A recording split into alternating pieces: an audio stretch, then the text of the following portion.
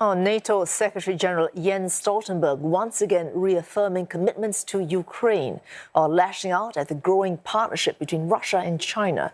He was speaking at a press conference after the two-day foreign ministers' meeting in Brussels. If President Putin wins in Ukraine, it will send a dangerous message to authoritarian leaders around the world that they can achieve their goals through brute force. So our support to Ukraine remains critical, and it is in our shared security interest.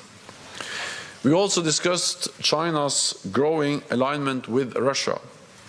China refuses to condemn Russia's aggression, it echoes Russian propaganda, and it props up Russia's economy.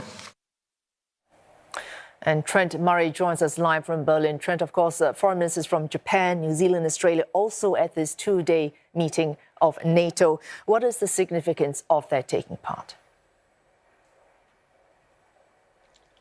I think it's very significant because, of course, NATO stands for the North Atlantic Treaty Alliance. It traditionally has been a military alliance based on countries in Europe working with the United States. But what we are increasingly hearing from the current NATO leadership, and Jens Stoltenberg in particular, is that there are other countries, particularly in the Asia-Pacific region, that share what he calls the NATO values. They are individual liberty, democracy, human rights and rule of law. And those four countries that you mentioned, Australia, New Zealand, Japan and South Korea, are of course four prime candidates for those areas. And that is why we've seen those high-level meetings today. Jens Stoltenberg, speaking with those government representatives, spoke about the growing alignment, as he described it, between Beijing and Moscow. He also said what happens in that region matters to many NATO countries. And so I think we are seeing, of course, not just these words being exchanged in many ways, but also